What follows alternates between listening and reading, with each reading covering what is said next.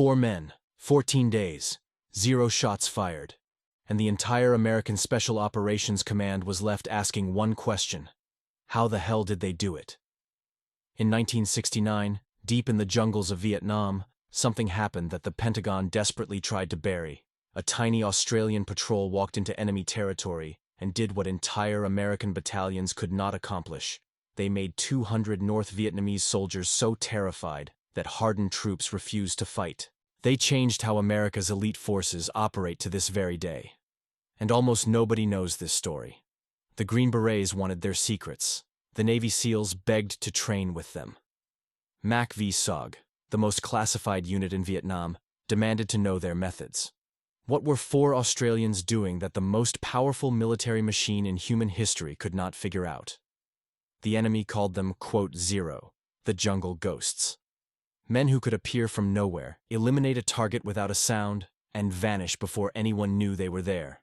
Men who could track you through terrain that American experts declared trackless. Men who could live in the jungle for weeks while American patrols struggled to survive for days. But here is what nobody tells you. The techniques these 4 men used were so controversial, so psychologically devastating, that portions of the classified files remain redacted more than 50 years later. What exactly did they do out there? What methods were too dark for official acknowledgement? Stay with me. Because today, we are pulling back the curtain on a story that rewrote American military doctrine. A story of rivalry, humiliation, and hard lessons learned. A story the Pentagon never wanted you to hear. This is the Phantom Patrol.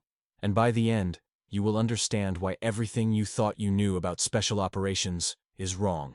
The coordinates came through at 0300 hours on a moonless night in 1969. And what the American intelligence officers saw on their maps made no tactical sense whatsoever. A 4-man Australian SAS patrol had been operating in Phuoc Tuy Province for 11 consecutive days, without resupply, without extraction, without a single radio transmission, and their kill count had just surpassed what an entire company of American infantry typically achieved in a month of heavy combat operations. The senior analyst at MACV headquarters in Saigon threw the report across his desk and demanded verification. The numbers had to be wrong. 4 men could not possibly neutralize that many enemy combatants while remaining completely undetected. 4 men could not survive nearly 2 weeks in triple-canopy jungle crawling with North Vietnamese regulars and Viet Cong main force units. 4 men certainly could not do what this patrol apparently had done: disappear into the green hell of Southeast Asia and emerge as something the enemy had begun calling, quote, one, the jungle ghosts. But the numbers were not wrong. And within 72 hours, every special operations commander in Vietnam wanted to know one thing: what were the Australians doing that Americans were not? The answer would shake American military pride to its core. This is the story that the Pentagon never wanted told. This is the account of how a tiny contingent from a country most Americans could barely find on a map humiliated the most powerful military machine in human history. Not through superior firepower, not through technological advantage, but through methods so controversial, so psychologically devastating, and so brutally effective that they remain partially classified more than 5 decades later.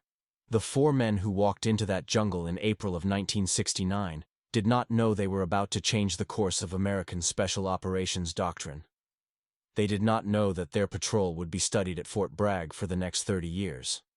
They did not know that Green Berets, Navy SEALs, and MACV-SOG operators would soon be begging their commanders for permission to train alongside Australian SAS teams.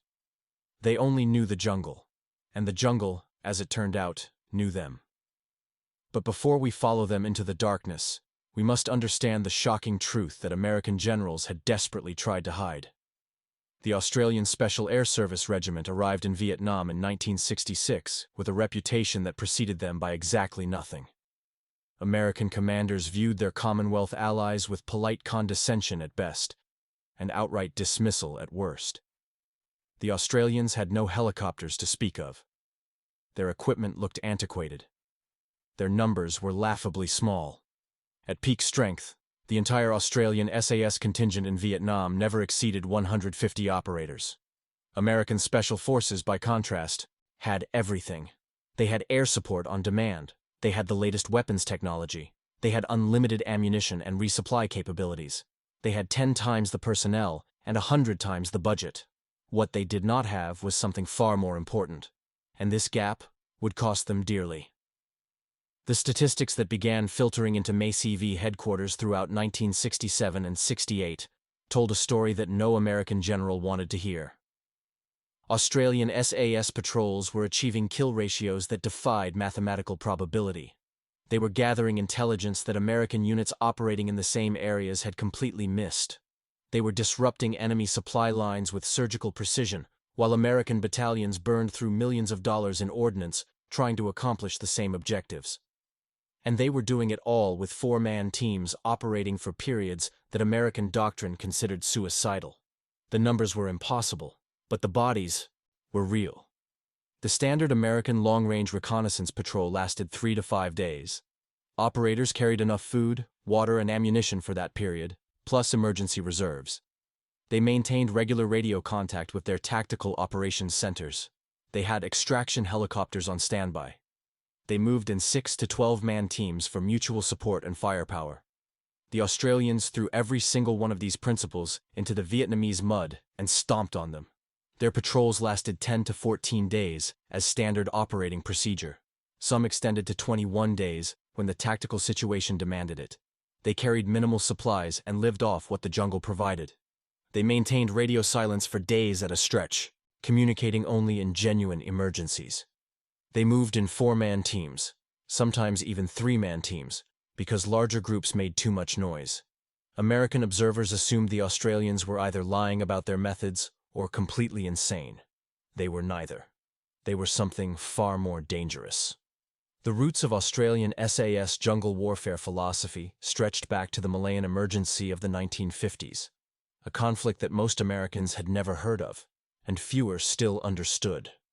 In that brutal counterinsurgency campaign against communist terrorists in the dense rainforests of British Malaya, Australian and British special forces had developed techniques that would prove devastatingly applicable to Vietnam. The Malayan jungle had taught them that firepower was often the enemy of effectiveness.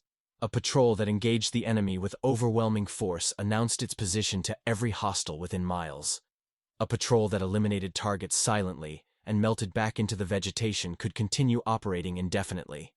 But Malaya had given them something even more valuable, a weapon that Americans did not even know existed. Aboriginal trackers serving with Australian forces had demonstrated capabilities that seemed almost supernatural to European soldiers. They could follow trails that were invisible to untrained eyes. They could detect human presence through subtle environmental disturbances. Bent grass, disturbed insects, the faint chemical signature of human fear. These techniques had been systematically studied, adapted, and incorporated into Australian SAS training. By the time the regiment deployed to Vietnam, their operators possessed fieldcraft skills that no American training program even attempted to replicate. The difference showed immediately in operational performance. American patrols moved through the jungle. Australian patrols became part of the jungle. And when you become part of the jungle tells you its secrets. American operators relied on technology. Starlight scopes, motion sensors, seismic intrusion devices. Australian operators relied on their senses. Ears attuned to detect movement at 200 meters. Eyes trained to spot tripwires in total darkness. Noses capable of smelling enemy cooking fires from a kilometer away. American doctrine emphasized speed and firepower. Australian doctrine emphasized patience and precision. The results spoke for themselves, but American military culture was not prepared to listen. Not yet. That would change dramatically after what became known in classified circles as Operation Dog's Leg Echo.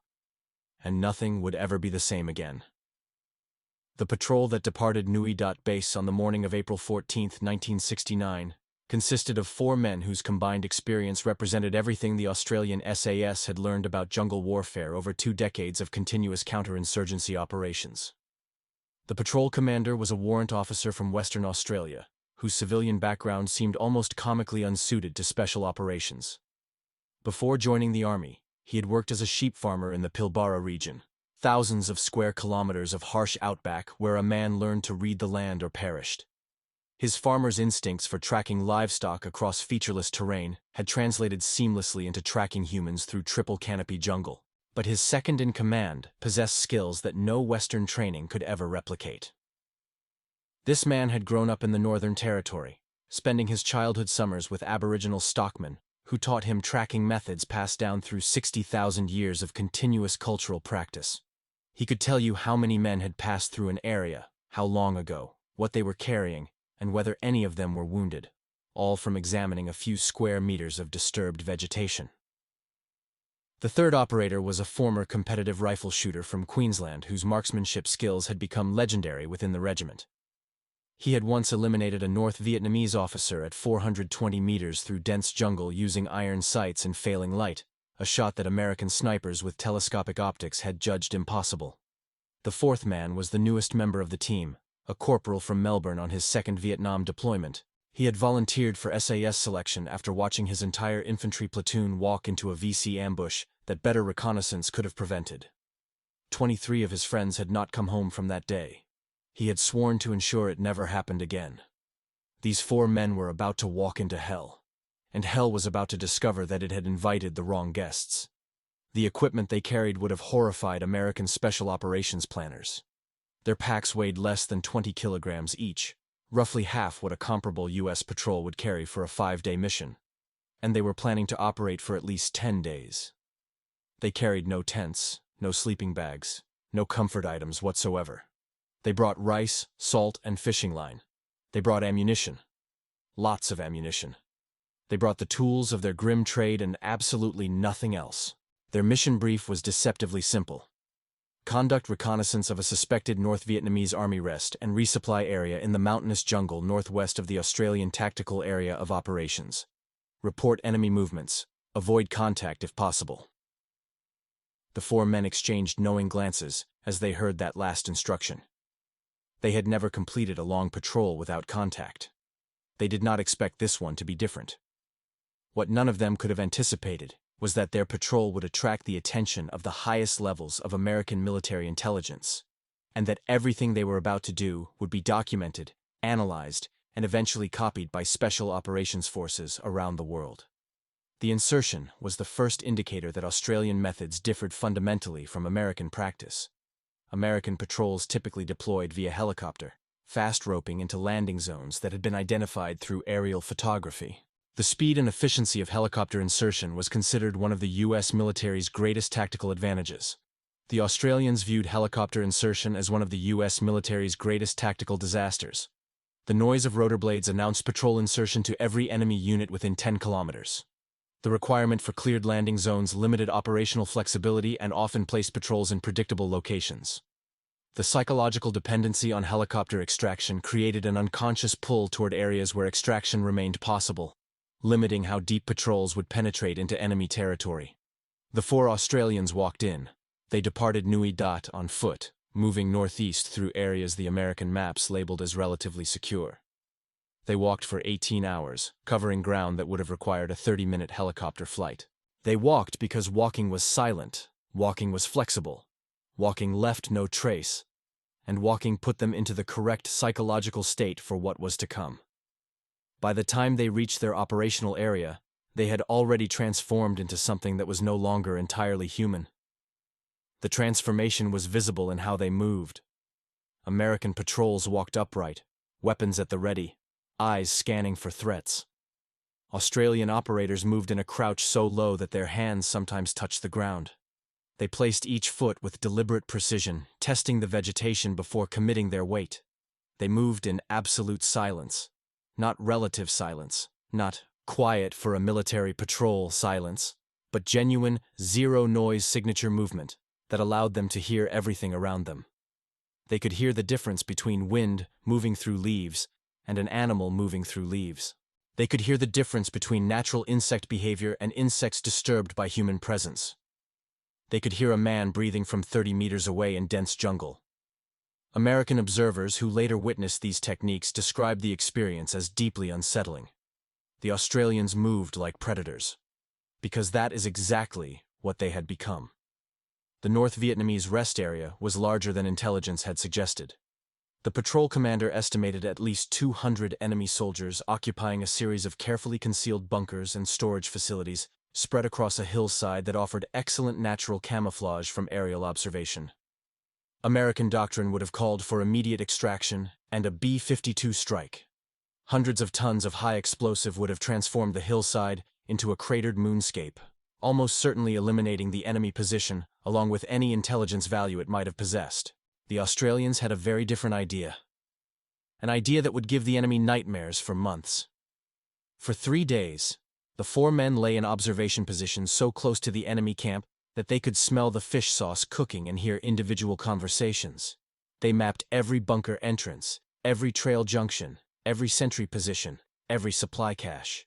They identified the command bunker by observing which structure received the most messenger traffic. They counted soldiers and estimated supplies. They photographed documents that careless NVA troops left visible. They did all of this within 200 meters of an enemy force that outnumbered them 50-1. And then, on the 4th day, they began their work. The enemy had no idea what was coming.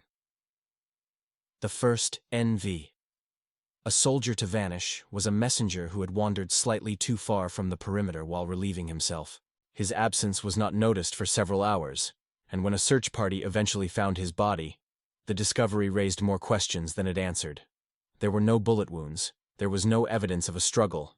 The man had simply ceased to exist as a living being, and the method of his departure remained disturbingly unclear.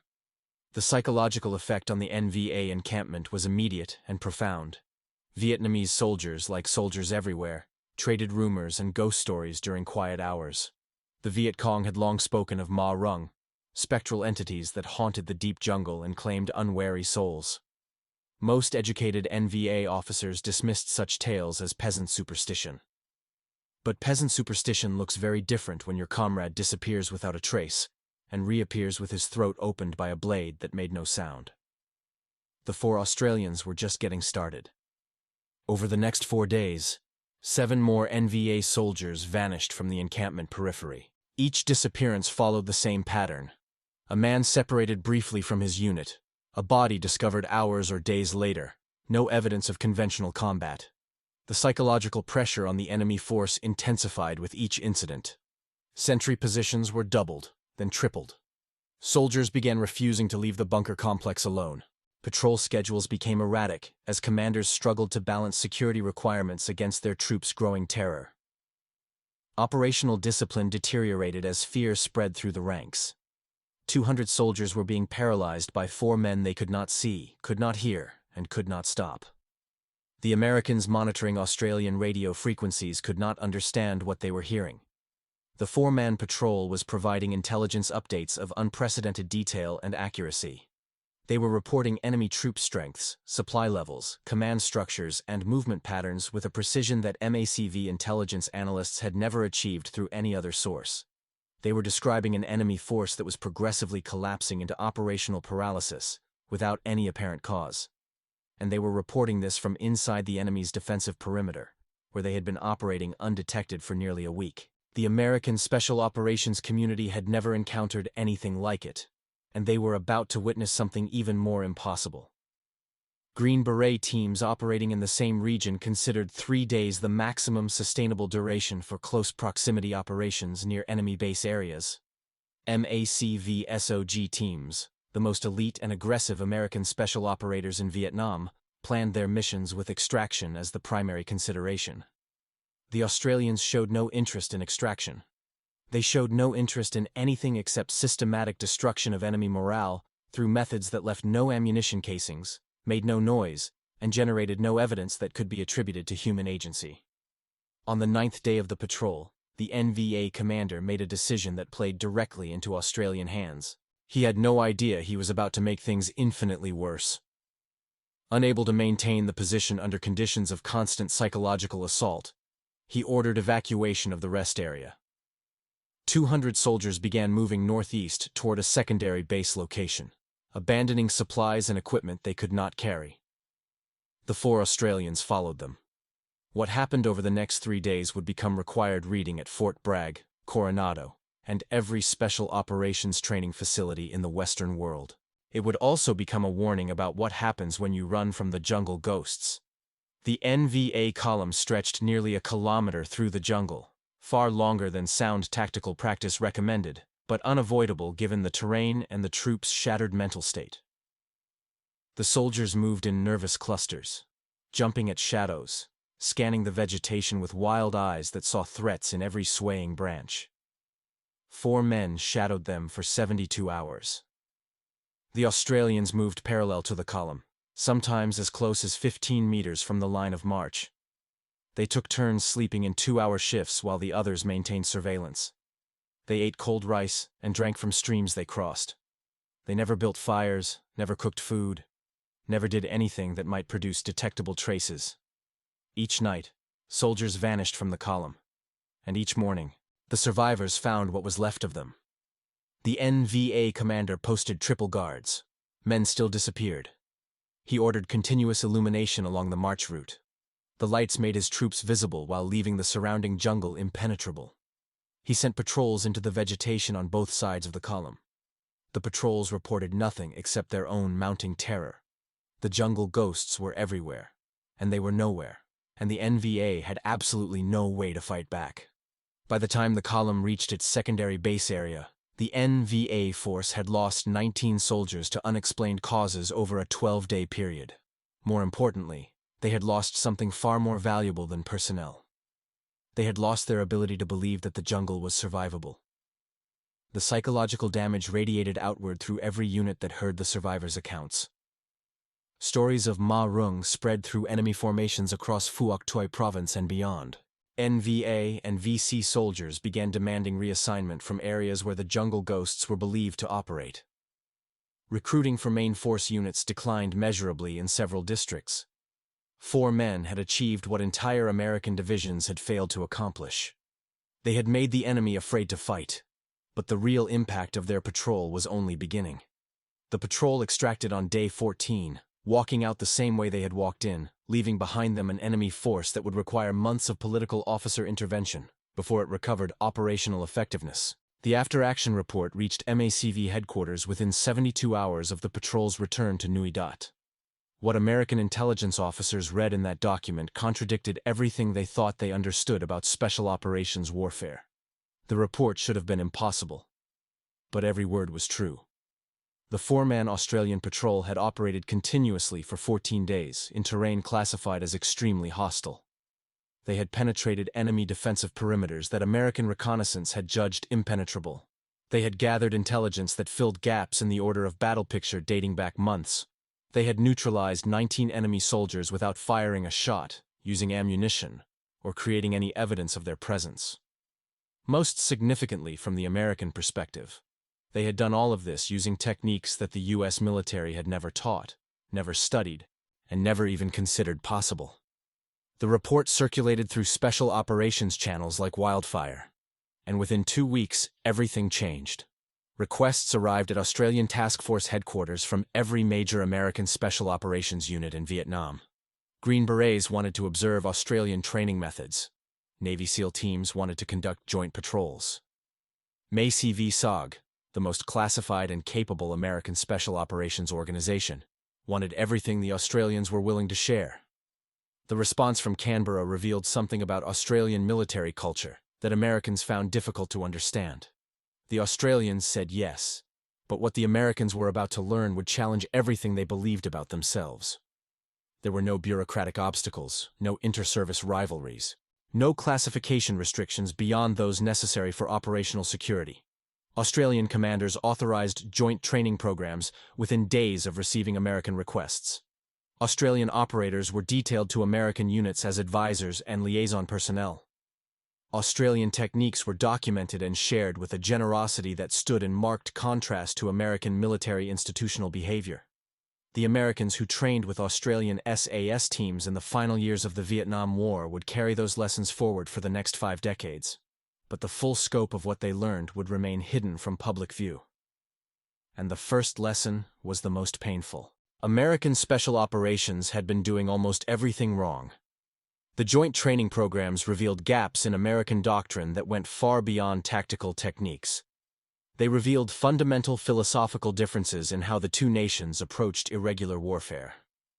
American special operations culture in 1969 remained dominated by what critics would later call the _5_, the belief that sufficient application of advanced weapons technology could solve any tactical problem. When American teams encountered resistance, their instinct was to call for air support, artillery fire, or reinforcement. When extraction became necessary, helicopters materialized within minutes to remove personnel from danger. This technological abundance had created a crippling dependency, and the Australians exposed it mercilessly. American teams who trained with Australians discovered that they had forgotten, or never learned, the basic skills of survival and movement that allowed soldiers to operate independently of their support infrastructure. They could not navigate accurately without electronic aids. They could not sustain themselves without regular resupply. They could not move silently through vegetation because their training had never required it. The Australians addressed these deficiencies with characteristic directness. American operators who requested joint patrols were informed that they would carry Australian loads, eat Australian rations, move at Australian pace, and maintain Australian noise discipline. Those who could not meet these standards would be extracted. Those who could were welcome to continue. The attrition rate in the first weeks exceeded 50%. America's elite special operators were being broken by four-man Australian teams. American special operators who had completed some of the most demanding selection courses in the U.S. military found themselves physically and mentally overwhelmed by Australian patrol requirements. Men who had survived Hell Week, who had earned their green berets through months of grueling training, who considered themselves among the toughest soldiers on Earth. These men were tapping out within days. Those who survived the initial shakeout period experienced something that many would later describe as transformational. They learned that everything they thought they knew about jungle warfare was not just incomplete. It was actively getting people killed. The specific techniques the Australians taught would remain classified for decades, but their broad outlines eventually entered the special operations literature through memoirs, oral histories, and gradual institutional acknowledgement. The movement techniques emphasized what Australians called bushcraft, the ability to read vegetation patterns, animal behavior, and environmental indicators in ways that revealed human presence or absence. Operators learned to identify trails that enemies had used, estimate how recently they had passed, and predict where they were going, based on terrain analysis and behavioral psychology. But the tracking methods drew on something far older and far more powerful than any Western military tradition. The techniques traced directly to Aboriginal traditions, adapted for military application. Operators learned to see what untrained eyes could not see. The subtle disturbances in leaf litter, the bent grass stems, the displaced insects that marked human passage through jungle environment.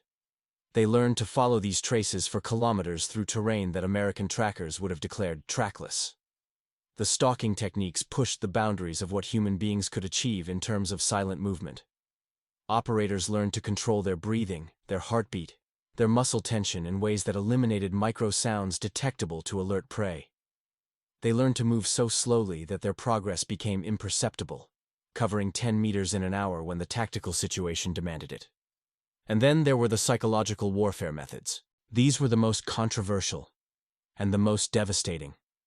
The Australians had developed systematic approaches to generating terror in enemy forces through targeted elimination and careful staging of discoveries. They understood that irregular warfare was fundamentally a contest of will, and they had learned to break enemy will with surgical precision. American operators who absorbed these lessons returned to their units as different soldiers. They moved differently, thought differently, planned differently.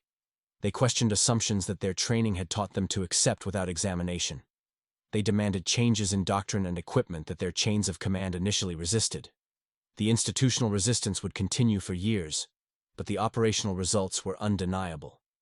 The influence of Australian methods on American special operations doctrine did not become visible immediately. Military institutions are conservative by nature, and the U.S. special operations community had powerful cultural investments in its existing approaches.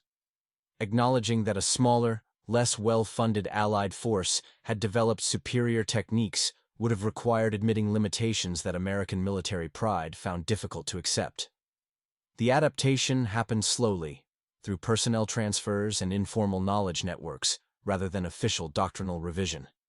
But beneath the surface, a revolution was taking place. Green Berets who had trained with Australians brought their new knowledge to Fort Bragg and incorporated it into training programs.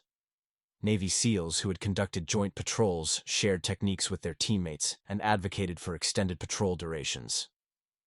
MACV-SOG operators who had learned Australian tracking methods taught them to their replacements, even as official doctrine remained unchanged.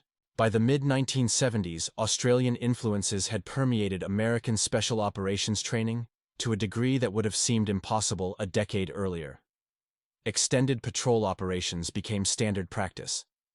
Tracking and bushcraft received systematic attention in selection and training programs. Psychological operations against enemy morale became recognized components of unconventional warfare doctrine. The debt was rarely acknowledged publicly. But every operator who knew the truth understood exactly whose shoulders they stood upon. The long-term consequences of Operation Dog's Leg Echo and the Australian influence extended far beyond Vietnam. The techniques developed and refined during that conflict would prove applicable across the entire spectrum of irregular warfare that characterized the late 20th and early 21st centuries.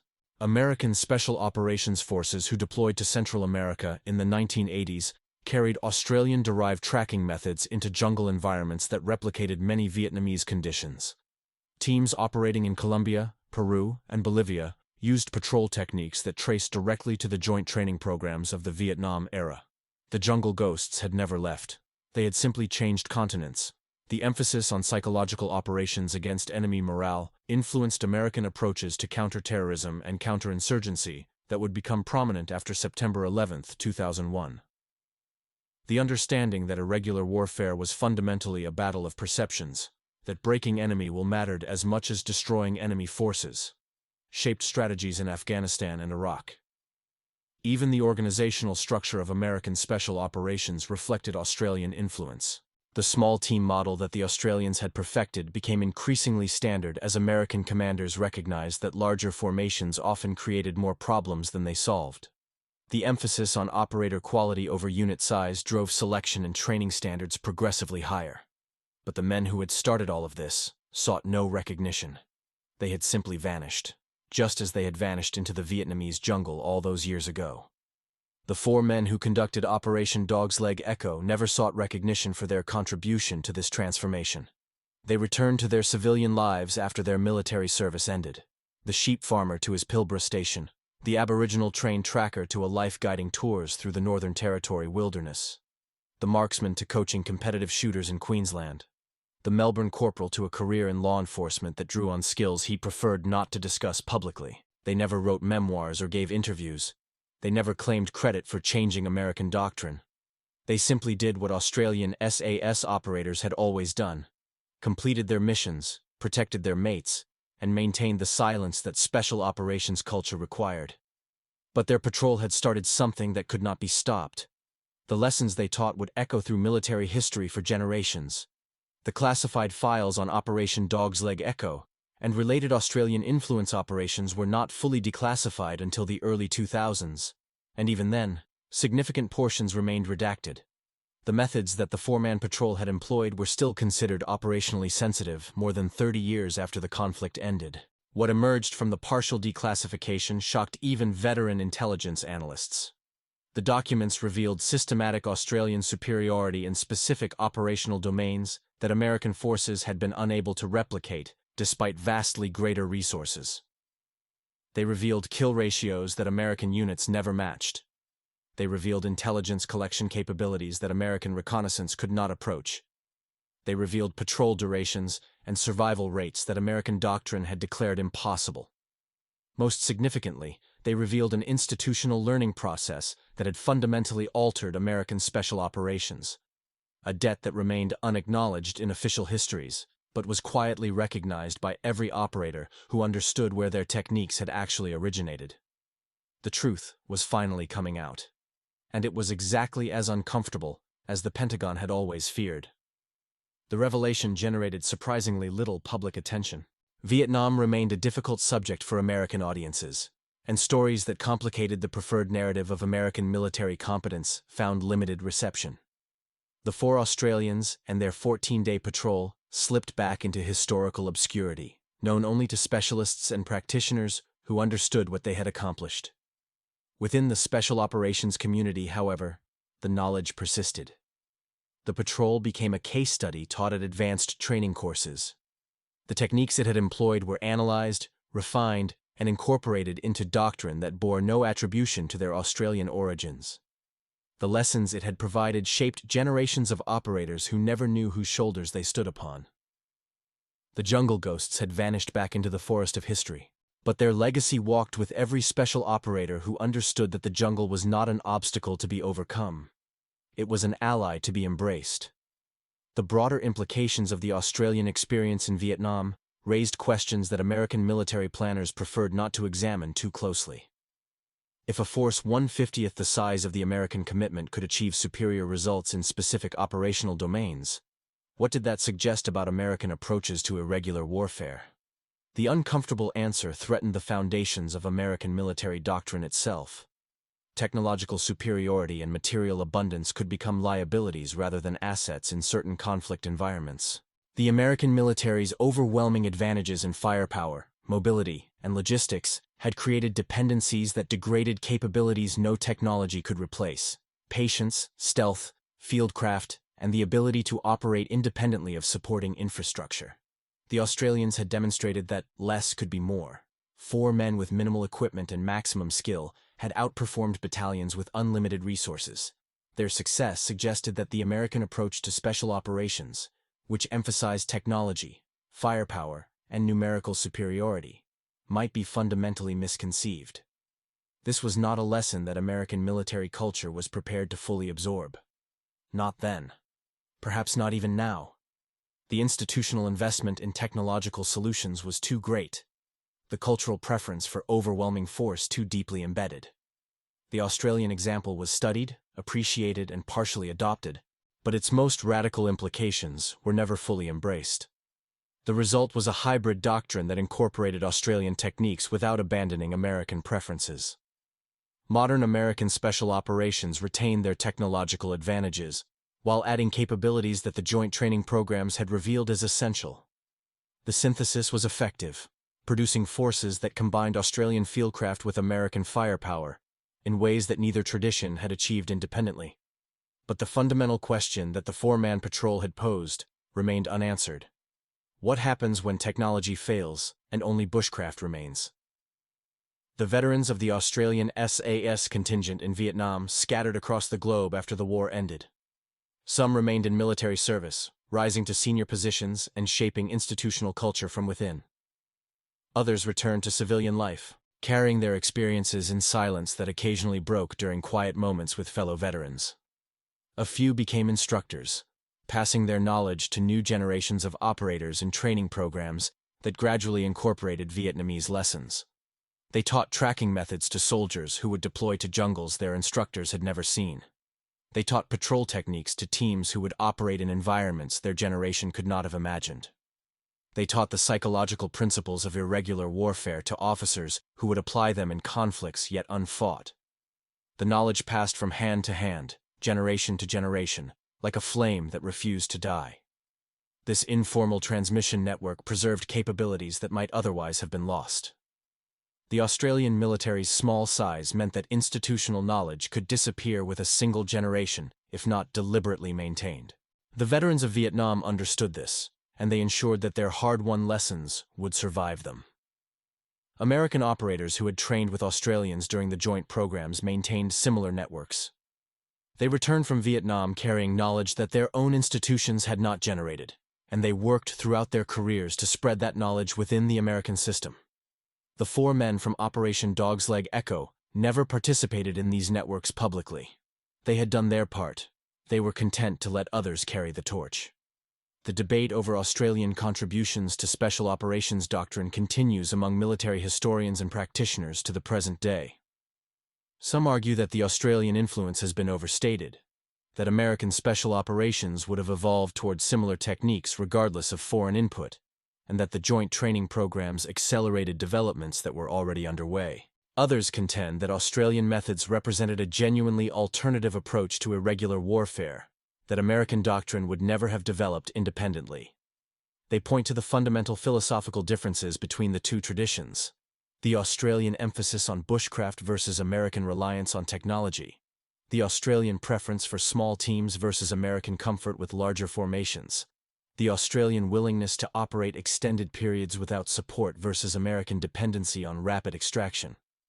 The evidence tells its own story, and that story is damning. What cannot be disputed is the operational record. Australian SAS patrols in Vietnam achieved results that no comparable American unit could match. Their kill ratios, their intelligence collection, their survival rates, their psychological impact on enemy forces, all exceeded what American special operations produced with vastly greater resources. The four-man patrol that changed American doctrine was merely the most dramatic example of a pattern that extended throughout the Australian deployment. Excellence was the norm rather than the exception. The Jungle Ghosts earned their reputation through consistent performance that no American unit could equal. This reality remains uncomfortable for American military pride, which is perhaps why the full story took more than 50 years to emerge. The ultimate lesson of Operation Dog's Leg Echo and the Australian experience in Vietnam transcends the specific tactical techniques that were developed and transmitted.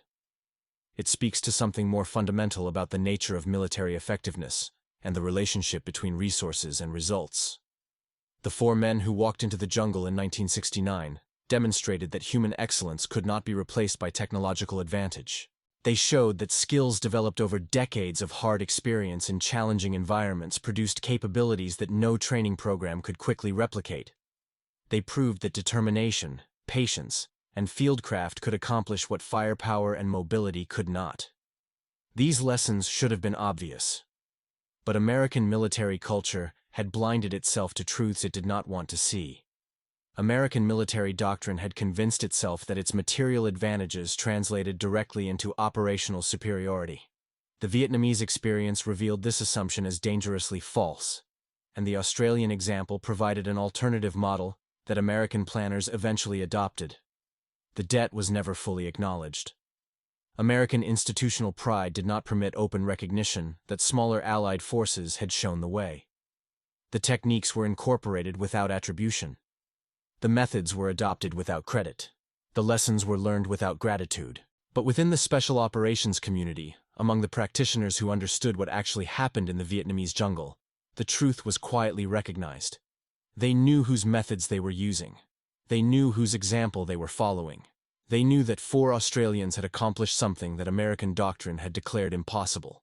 And they knew that the Jungle Ghosts, wherever they had gone, deserved recognition that they had never received and would never seek. This story is that recognition, 50 years late, but finally told. The story of the four-man patrol that changed American special operations doctrine ends not with a dramatic conclusion, but with a gradual fading into the historical record. The men returned to their lives. The techniques they demonstrated were absorbed into institutional practice. The lessons they taught shaped generations of operators who never knew their names. This is perhaps the most fitting conclusion for soldiers who spent their careers achieving objectives through means that left no trace. They were phantoms in the jungle, and they remained phantoms in history.